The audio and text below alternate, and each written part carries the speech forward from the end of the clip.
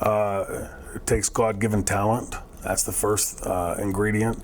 Second ingredient is a limitless amount of tenacity to put up with the bullshit of our business and to keep forging ahead. It takes a strong will, and it takes a hell of a lot of luck, you know. And I've got 2 sons, and I would not want to see either one of them near this business. You know, the business has been very good to me, but I wouldn't want to see either one of them near it because of all those things we just spoke about. And you know, speaking on the latter end of my career now, my career is well behind me. There is nothing out there to safeguard against the guys that are getting out of this business. I remember in 1987 or 8 being at the Houston Summit and watching Sputnik Monroe, who was one of the greats of the 60s, one of the hottest heels in that portion of the country at that time, begging Tommy Rich, the road agent, to let him work for $50 with Lex Luger that night.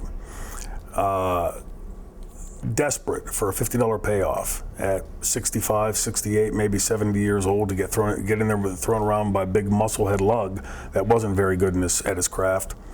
Why should a guy that's given that to the business have to go in there and beg for a $50 payoff?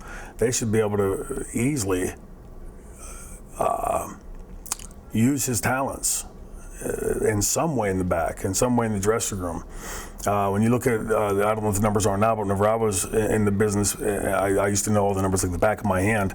But at one point, the WWF was grossing more than the NFL and the NHL combined. The NFL has 1,600 players for the league. The NHL has, I forget how many, 1,400 in the league. Then you add in the front office personnel for each of those teams. It's 4,000, 5,000, 6,000 people working cumulatively for those 2 organizations, if not well more than that. WWF has less than 100 wrestlers on their roster, probably another 50 to 100 working in the office. Why in God's name would they not be able to accommodate the guys that are now at the latter stage of their career, not have to go and beg for a $50 payoff? There is no retirement from our business. There is no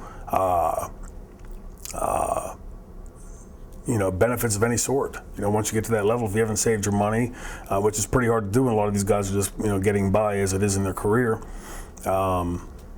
That's one of the reasons I wanted to get out while I could, and still have time left in my life to be able to go on to another point in my life. I didn't want to have to be betrothed to anybody and be begging anybody for a $50 payoff when I'm 60 years old.